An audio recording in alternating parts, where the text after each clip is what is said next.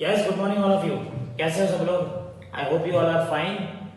हम लोग chapter number 5 laws of motion के लास्ट पार्ट पे पहुंच गए। हमने ऑलमोस्ट सारे उसके कंसेप्ट्स हमने कर लिए हैं, right? We did pseudo force, we did many sums, isn't it? We have done system of spring, system of pulley, everything. We are on miscellaneous sums. आज के लेक्चर के बाद we will finish laws of motion and probably from the next lecture we will take up the JW lectures of work, energy, power. लेकिन अभी एक सम मैंने last time आपको दिया था एज अ होमवर्क, वो हम सॉल्व करते हैं। ऐसा था कि एक इंक्लाइन प्लेन है, राइट, जिसका एंगल है 45 डिग्री, है ना, और ऐसा बोल रहा है कि स्मूथ इंक्लाइन प्लेन से एक मास को नीचे आने में जितना टाइम लगता है उससे रफ इंक्लाइन प्लेन से n टाइम्स टाइम लगता है। Means time taken by a block of mass m, time taken, oh it's just got out of frame, wait a minute, so I'll just put it inside the frame so that you can see it. So my mistake, yes. So हम कैसे करेंगे, क्या बोल रहा है यहाँ पे, ध्यान दो। Yeah, now it can be seen, yes. So what is the concept? That mass m is going to come down a smooth inclined plane and then it is going to come down a rough inclined plane, same.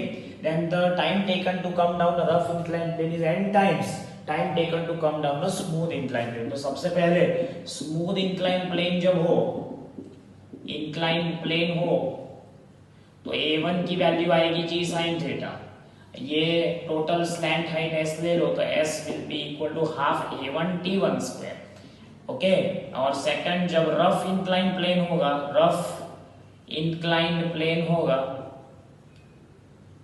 तो a2 की value आएगी g sin theta minus mu g cos theta, आया ना, क्योंकि frictional force रहेगा mg sin theta नीचे और frictional force ऊपर, तब s की वैल्यू क्या आएगी, half a2 t2 square.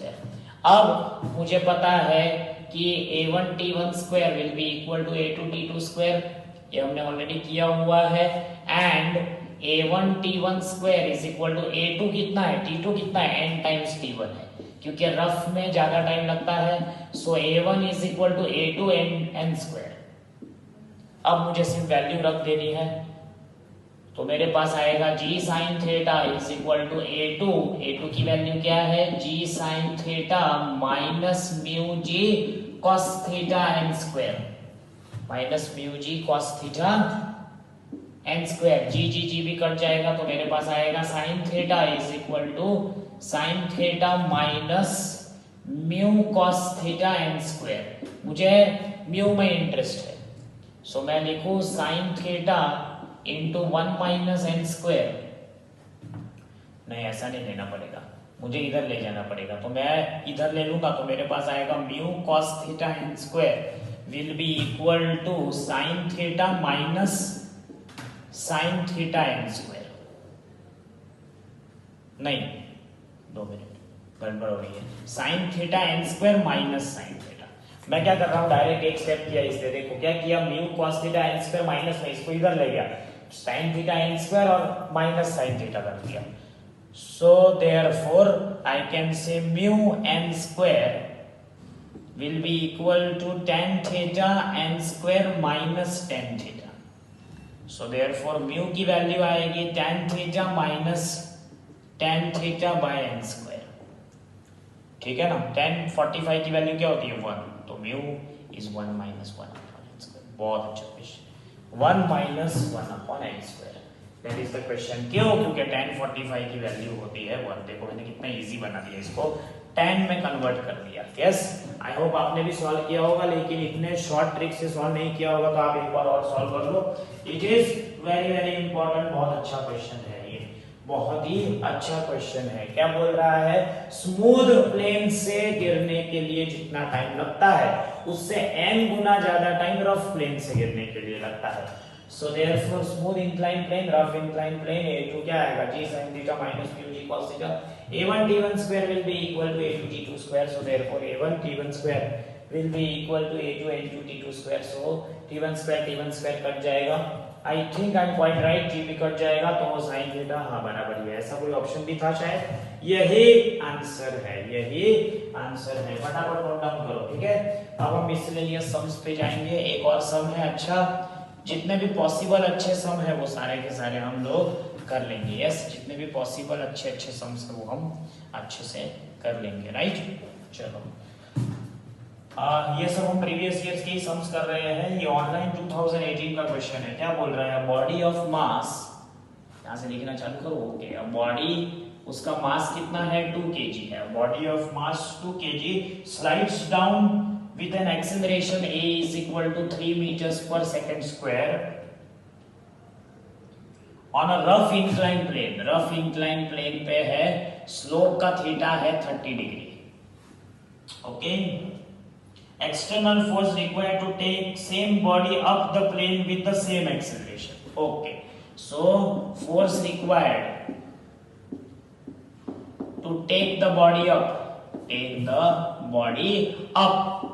the plane with same acceleration, मतलब a is equal to 3 meters per second square। तो कैसे सॉल्व करेंगे? 2018 का क्वेश्चन है। सबसे पहले एक ब्लॉक m है, वो नीचे उतर रहा है जी साइन थीटा से, उसकी वैल्यू ये है। समझ में आया? तो सबसे पहले डाउन द स्लोप जब वो जाएगा, डाउन द स्लोप जाएगा तो मेरे पास क्या आएगा? mg sin theta minus mu mg cos theta equal to m into a। समझ में आया? तो मेरे पास आएगा g sin theta minus mu g cos theta is equal to a। a की वैल्यू 3 है, राइट। जब अप द स्लोप जाएगा, जब अप द स्लोप जाएगा, अप जाने के लिए क्या होगा? सेम एक्सेलरेशन से वो जा रहा है, सेम एक्सेलरेशन से जा रहा है ना, आया ना? समझ में आ रहा है कि नहीं? तो सेम एक्सेलरेशन से जा रहा है तो उसके पास कितना फोर्स की जरूरत पड़ेगी? बोलो कैसे करेंगे? कितने फोर्स की जरूरत पड़ेगी? F की वैल्यू क्या हो जाएगी?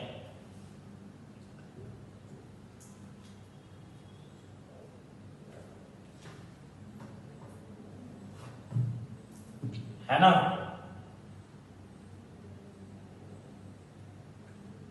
समझ में आ रहा है कि नहीं? ये आया m इंटू ए, ये आया first time down the slope. अब मुझे ऊपर लेके जाना है। अब ऊपर लेके जाना है तो तुम सोचो, इस तरह से ऊपर लेके जाने के लिए ऐसा फोर्स लगेगा, mg sin थीटा नीचे लगेगा, म्यू mg cos थीटा भी नीचे लगेगा।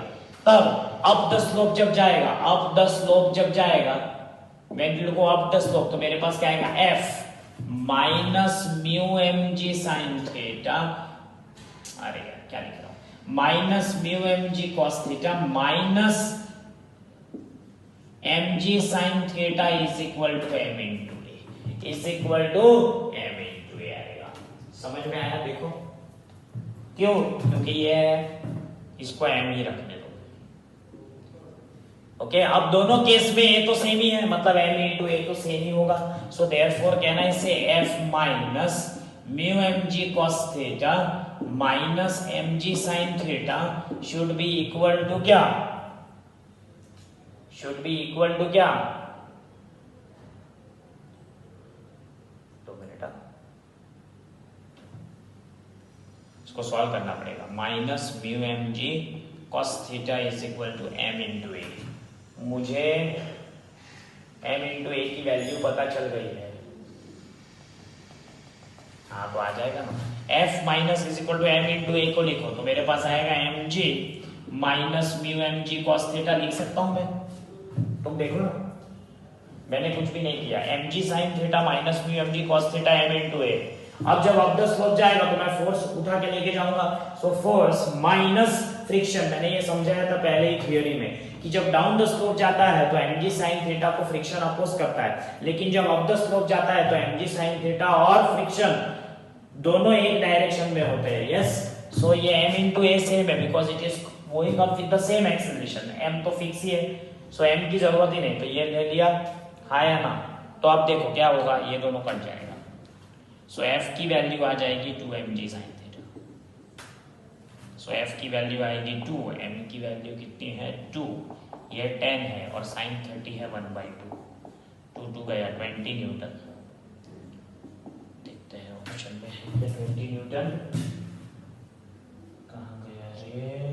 ऑप्शन में तो है और आंसर भी वही है। Good, so we solve. Option में तो है और आंसर भी वही है। यस, समझ में आया मैंने क्या किया? डाउन द स्लोप जब गया, ये 2018 का क्वेश्चन है, अभी लेटेस्ट ऑनलाइन 2018 का क्वेश्चन है। एकदम सिंपल क्वेश्चन है कि नहीं? इट्स वेरी वेरी सिंपल, आया ना? It's quite simple question, right? चलो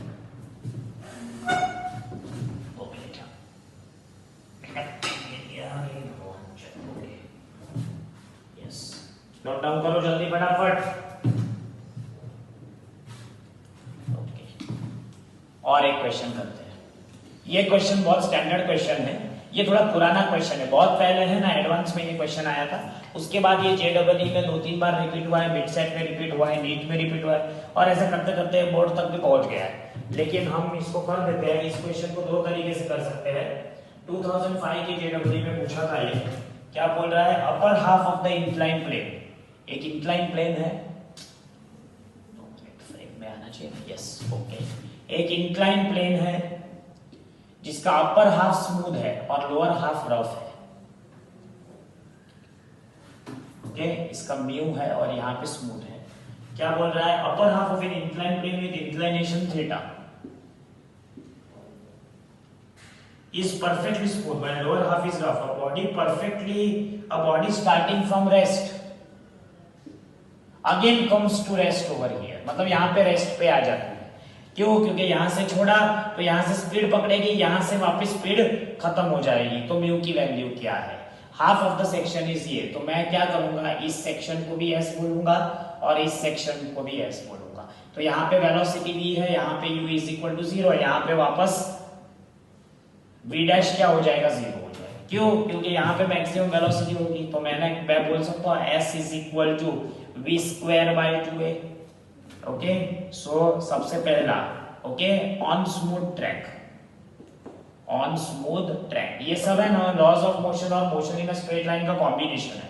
सो s is equal to v square by 2a1 बोल सकते हैं। तो a1 की वैल्यू क्या आएगी, सिर्फ g sin थीटा आएगी क्योंकि स्मूथ है। सेकंड टाइम क्या आएगा, s is equal to 0 square final minus v square by 2a2, हाँ या ना, minus v square by 2a2 हो जाएगा कि नहीं, क्योंकि डिसेलरेशन है ना ऑन रफ सरफेस।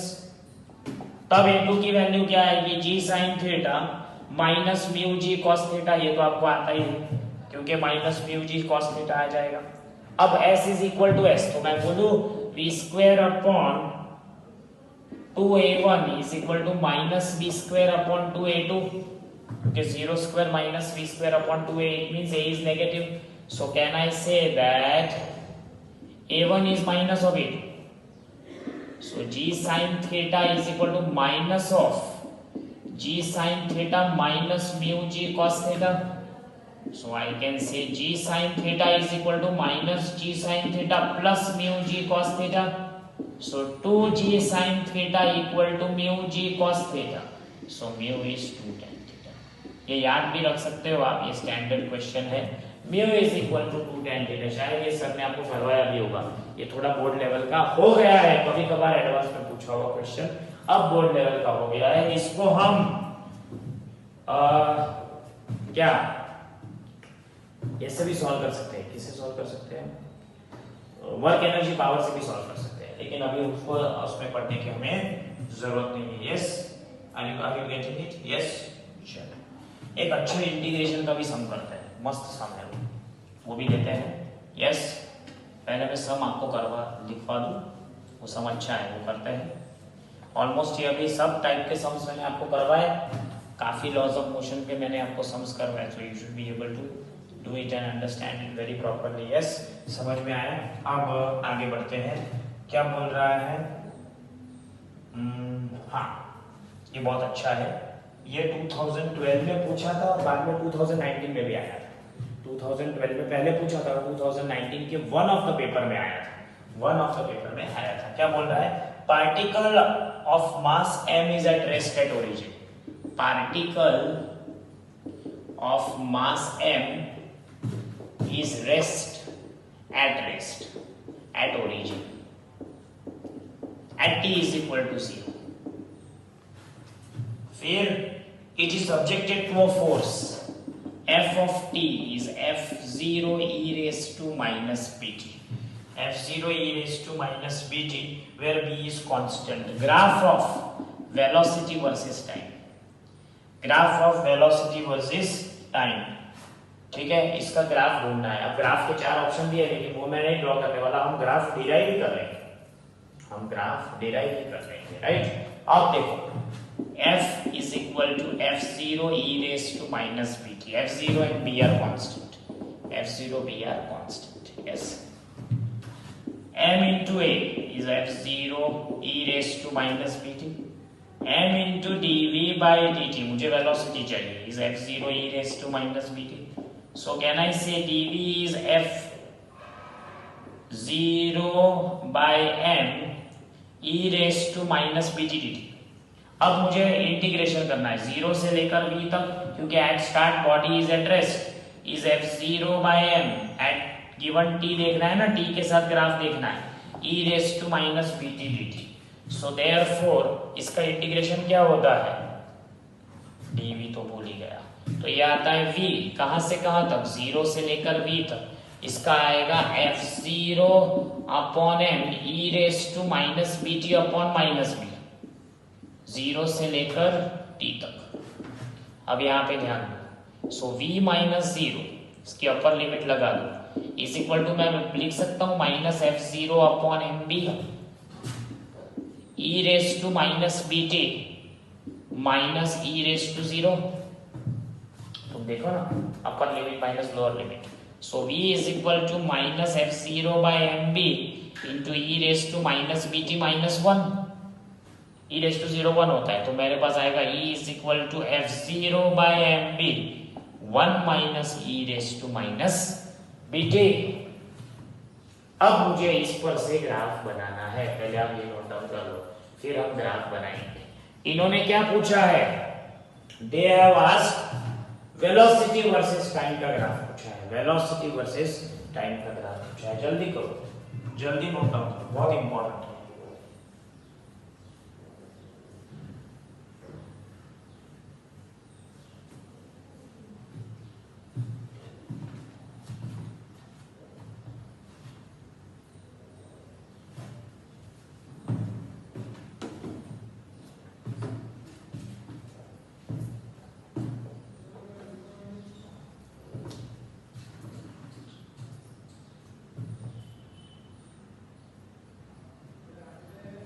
किया नोट डाउन. अब मुझे इसको स्टडी करना है, कैसे ग्राफ बनाएंगे विथ रिस्पेक्ट टू टी है.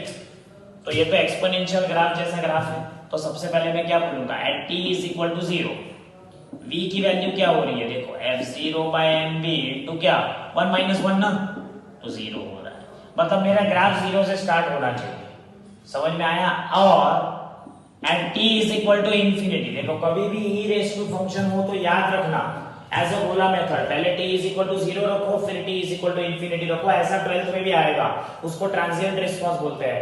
ऐसा 12th में आने वाला है, आप याद रखना, ऐसा लिखना है आपको, v is equal to 0, t is equal to infinity, at 0 and at infinity, at 0 and at infinity, आपको ये रखना है. सो देयरफॉर मेरे पास v की वैल्यू क्या आ जाएगी, तब it will be f0 by mb. क्यों, क्योंकि 1 minus e raise to minus infinity, तो माइनस इंफिनिटी को मैं लिख सकता हूँ 1 upon e raise to infinity, उसको मैं लिख सकता हूँ 1 अपॉन इंफिनिटी. 1 अपॉन इंफिनिटी क्या होता है, 0. समझ में आया. t is equal to infinity पे कैसे हुआ, स्टेप लिख दूं क्या, चलो लिख देते हैं. So v is equal to f0 upon mb 1 minus e raise to minus infinity. So I can say it is f0 by mb into 1 minus 1 upon e raised to infinity. E raised to infinity is infinity. So it is 1 upon infinity. 1 upon infinity is 0. So it will be f0 by mb. Infinity का मतलब क्या है, infinite time जैसा कुछ नहीं होता, थोड़ी देर के बाद. Infinity मतलब क्या, थोड़ी देर के बाद. और e raised to का फंक्शन है, मतलब पैराबोलिक फंक्शन है. इसका मतलब है कि मेरा ग्राफ कैसा आएगा, मुझे ऑप्शन देखने की जरूरत ही नहीं है, मुझे ग्राफ बनाना आना चाहिए. सो ये होगा 0, ये है वेलोसिटी, मैक्सिमम वेलोसिटी क्या हो रही है, f0 है बाय mb, ये t इज इक्वल टू 0 है, ये t इंफिनिटी तक जा रहा है, तो मेरा फंक्शन ऐसे आएगा. अरे टच नहीं हुआ, हो जाएगा touch.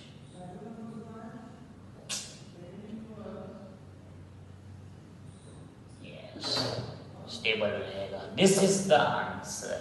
f0 by mb, t is equal to infinity, मतलब इनफाइनाइट टाइम के बाद वो क्या होगा, f0 by mb पे फिक्स हो जाएगा, यानी स्टार्टिंग पे 0 है, स्टार्टिंग पे 0 है. बहुत शानदार क्वेश्चन है, बहुत ही अच्छा क्वेश्चन है. It was asked in 2012 and then 2019 it was repeated with some change in constant. मतलब f की जगह acceleration दिया था और acceleration was a0 e raised to something, लेकिन वो क्या m ही है तो m मिसिंग होगा, मतलब डिवाइड बाय b था इंस्टेड ऑफ a की जगह f equal to m into a है, अगर a पूछा तो m नहीं आएगा, बाकी सब डेरिवेशन सेम टू सेम था। बहुत अच्छा क्वेश्चन, नोट डाउन करो, बहुत अच्छा शानदार क्वेश्चन है, नोट डाउन करो, ठीक है। एक और शानदार क्वेश्चन वो भी हम देखते हैं, राइट। देखो हम सब मिसलेनियस क्वेश्चंस अच्छे क्वालिटी के कर रहे हैं, we are trying to get miscellaneous questions of good quality, yes. Now you pay attention. एक ऐसा ब्लॉक है of mass m and length l, यहां पे F1 फोर्स लग रहा है, यहां पे F2 फोर्स लग रहा है, then I want tension at a distance L from F2. Okay, so F2 is greater than F1, so I want tension at a distance small l from F2. अब देखो ये क्या कंसेप्ट है, तो तुम ये सोचो, ये डस्टर है, ये डस्टर है, मैं अगर डस्टर को ऐसे खींचूंगा ना ऐसे दोनों तरफ से तो टूटने नहीं वाला, लेकिन मैं सब फील कर सकता हूं कि यहाँ पे खिंचाव पैदा हो रहा है, I can feel that there is a tension. आप ट्राई करना, आपके हाथ में पेन है ना, तो आप ऐसा पेन को ऐसा खींचो, ऐसा खींचो, तो पेन दो टुकड़ों में नहीं टूटेगी, but you can feel that the part of that pen is under tension, so therefore tension will be equal and opposite, एक दूरी एक टेंशन, वैसे एक बॉडी एक टेंशन। अब फॉर F2 के लिए मैं क्या लिखूंगा, F2 की ताकत ज्यादा है तो मैं लिखूंगा F2 माइनस T, इतने पोर्शन का मास लूंगा m1, इतने पोर्शन का मास लूंगा m2, सो m1 के लिए क्या होगा, F2 minus T is equal to m1,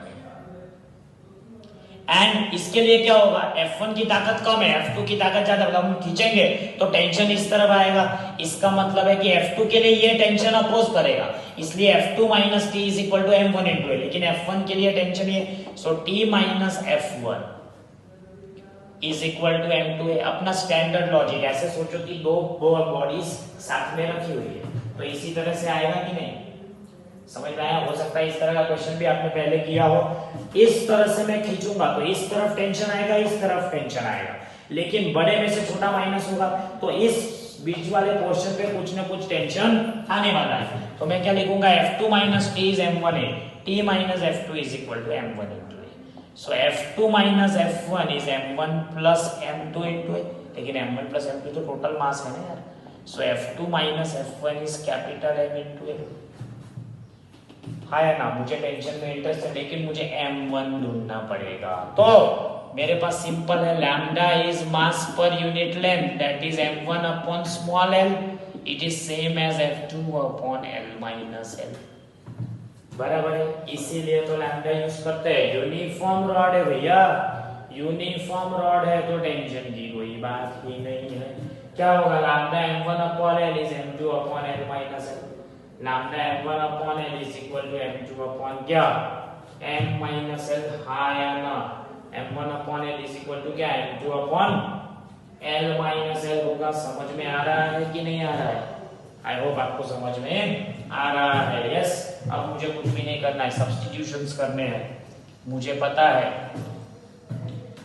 कि t की चाहिए वैल्यू, सो t दिख नहीं रहा है, t इज इक्वल टू क्या, F1 प्लस m2a, मुझे टेंशन चाहिए, सो F1 प्लस m2 कितना है, lambda into l minus l है, और a की वैल्यू क्या है, F2 minus F1 upon capital M है, हाँ या ना, सो अब मेरे पास आ जाएगा आंसर, सो मेरे पास टेंशन की वैल्यू आएगी F1 माइ प्लस लैम्डा को मैं लिख सकता हूं कैपिटल M अपॉन L, है ना, into L minus L into F2 minus F1 upon M, M और M कट जाएगा, सो मेरे पास आएगा F1 plus L minus small l upon L into F2 minus F1, हम F1 को F2 को साथ में ले लेंगे, सो मैं लिखूं F1 plus 1 minus L upon L into F2 minus F1। Open up करो, सो F1 प्लस F2 चलेगा भाई, ये आंसर बराबर है। ठीक है, लंबा करने की जरूरत, लंबा करके हम F1 को एक तरफ और F2 को F तरफ ले सकते हैं अगर चाहे तो। You got the logic? बहुत अच्छा क्वेश्चन है, इट्स अ क्लासिक क्वेश्चन। इसका मतलब है कि कोई भी यूनिफॉर्म बॉडी हम ऐसा दोनों तरफ से खींचेंगे तो बीच में हर पॉइंट पे टेंशन अलग अलग होगा। तो किसी भी पोर्शन पे टेंशन लाने के लिए हमने uniform mass per unit length का कांसेप्ट यूज किया लैम्डा, और उसको सॉल्व किया। बराबर है, नोट डाउन करो चलो जल्दी फटाफट। एक से एक बढ़िया क्वेश्चन हम लोग अभी कर रहे हैं। यस, जब तक मैं आपके लिए अच्छा कोई और क्वेश्चन ढूंढता हूं, है ना। काफी सारे तो एकदम इजी होते हैं, उसमें कुछ ढूंढने लायक ही नहीं होता।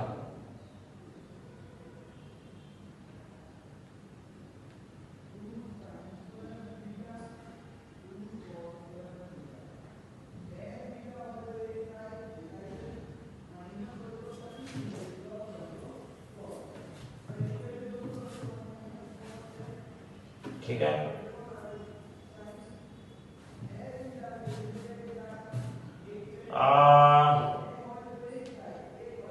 ये एक अच्छा है रॉकेट वाला, चलो वो देख लेते हैं। राइट, यहाँ पे ध्यान दो, क्या बोल रहा है? A rocket with a lift of mass, a rocket having mass कितना? Lift of mass 3 into 10 raised to 5 kg, lift of mass of 3.5 minute 3.5 into 10 raised to 4 kg is blasted upwards मतलब launched upwards with acceleration है कितना? 10 meters per second square. Initial thrust कितना? सो तुम्हें पता होना चाहिए F will be क्या? M into क्या? G plus A। क्योंकि रॉकेट ऐसा है वो ऊपर की तरफ जाएगा तो सूडो फोर्स नीचे की तरफ लगेगा। सो F की वैल्यू क्या आएगी? 3.5 into 10 raised to 4 into 10 plus 10 into 10 plus 10 है ना, into 10 plus 10 तो 3.5 into 10 raised to 4 into 20 हो जाएगा। तो कितना आ जाएगा? 7 into 10 raised to कितना हो जाएगा? 5 और 10 raised to 5 into, of course यही आंसर है। 7 into 10 raised to 5 न्यूटन। इसमें समझने वाली बात क्या है कि रॉकेट ऊपर की तरफ जाएगा तो थ्रस्ट नीचे की तरफ लगेगा, सूडो फोर्स। ओके, समझ में आया? It is a question of pseudo force. Yes, समझ में आया? एक रॉकेट में एक और भी कंसेप्ट होता है, याद रखना। रॉकेट में एक और भी कंसेप्ट होता है। एक और क्वेश्चन हम मैं अपने मन से बना के बता देता हूं। Rocket is moving up with velocity 1000 meters per second and is releasing gases at the rate of 100 kg per second. Force generated by engine वरना बाय रॉकेट तो बीच। अब देखो यहाँ पे स्पीड दी है और केजी पर सेकंड में मास दिया है, तो याद रखना F is equal to dp by dt होता है। So it is d by dt of m into v। हमेशा F equal to m into a नहीं होता। So that is d by dt of that is m into dv by dt plus v into dm by dt। m into dv by dt plus v into dm by dt होता लेकिन यहाँ पे velocity constant है, इसलिए dv by dt 0 है। सो मेरे पास आएगा v into d m by d t, 100 kg per second, तो 1000 इंटू 100, 10⁵ न्यूटन आंसर है। इस तरह का क्वेश्चन भी आ सकता है। क्यों? क्योंकि रॉकेट एक ऐसी चीज है जिसका मास कम होता जाता है। अगर तुम्हें पता है तो रॉकेट के काफी सारे स्टेजेस होते हैं। उसके सॉलिड प्रोपल्शन रॉकेट्स पहले ही निकल जाते हैं, उसके बाद उसके छोटे छोटे टुकड़े जाते हैं, तो वेलोसिटी वो कांस्टेंटली मेंटेन करता है। एस्केप वेलोसिटी से ज्यादा, आपने अगर हेड चैप्टर पढ़ा हो तो एस्केप वेलोसिटी 11 किलोमीटर पर सेकंड है, उससे थोड़ी सी ज्यादा 12 किलोमीटर पर सेकंड की स्पीड मेंटेन करनी पड़ती है। तो उसके लिए थ्रस्ट कौन प्रोवाइड करता है? रॉकेट का इंजन। तो तब फोर्स क्या लगता है? ऐसा नहीं होता कि कांस्टेंट वेलोसिटी हो तो फोर्स में, मास भी कम होता जा रहा है, वो कंसीडर करना है। ठीक है, वो कंसीडर करना है। Yes, right. आपको समझ में आ रहा है कि नहीं आ रहा है? यस। एक और ऐसा क्वेश्चन है,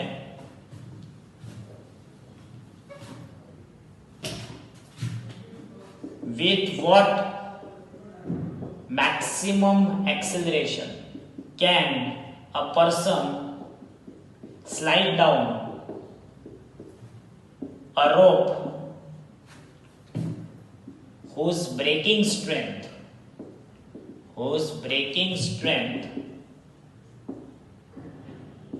is 1/3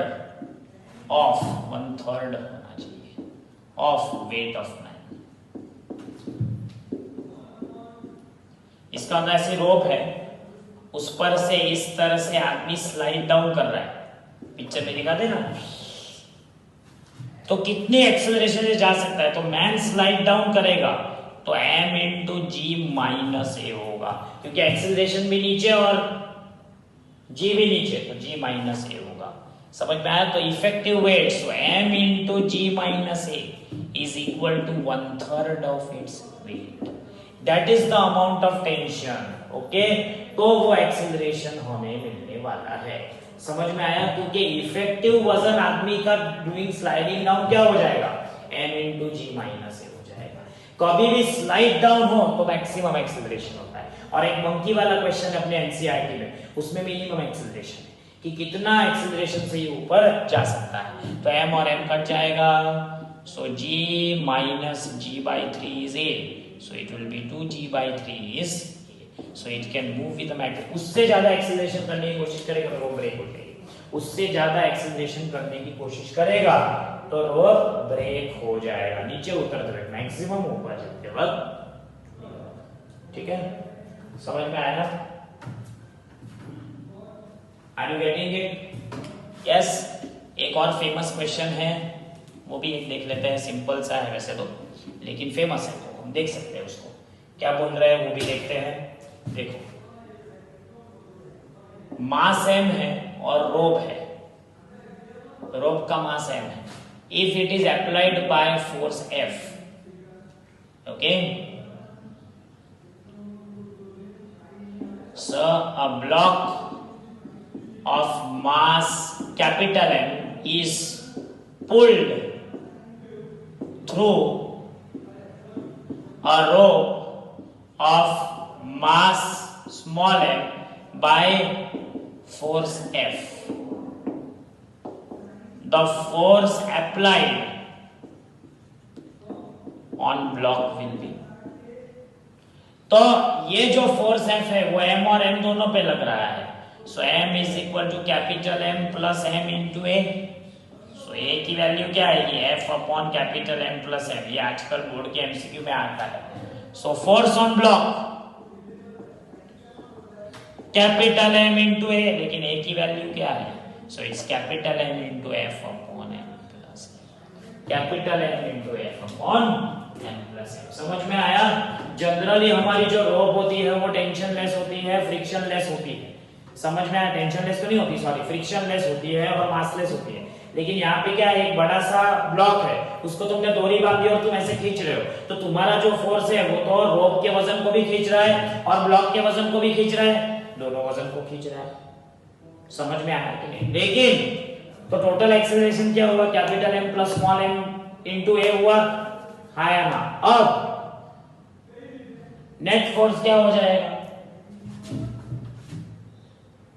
इतना, सो नेट एक्सेलरेशन इतना हो तो फोर्स ऑन दैट ब्लॉक कितना होगा, ठीक है। So to my best of ability मैंने आपको लॉज ऑफ मोशन के सारे कंसेप्ट करवाए, सिर्फ कंस्ट्रेंट नहीं करवाया है, वो कंस्ट्रेंट नीट में आता ही नहीं है, जेडबलई में भी नहीं आता है, सिर्फ एडवांस में आता है। तो कुछ ही बच्चे ऐसे होते हैं जो जेडबलई को क्रॉस करके एडवांस के लेवल तक पहुंचते हैं। तो एडवांस के लेक्चर्स 12th में हम रखेंगे, कभी मैं आपको बताऊंगा, तब हम कुछ टॉपिक, कुछ ज्यादातर तो एडवांस में ऐसे कुछ नया नहीं होता, कुछ ही टॉपिक्स होते हैं जैसे लॉज ऑफ मोशन में कंस्ट्रेंट्स है, बाकी पूरे अभी तक के चैप्टर में ऐसा कोई कंसेप्ट नहीं है जो एडवांस में ही सिर्फ आता है। तो कंस्ट्रेंट्स एक एडवांस में आता है, वो मैं श्योरली आपको करवाऊंगा, लेकिन अभी उसका टाइम नहीं है। So with this we finish off laws of motion perfectly.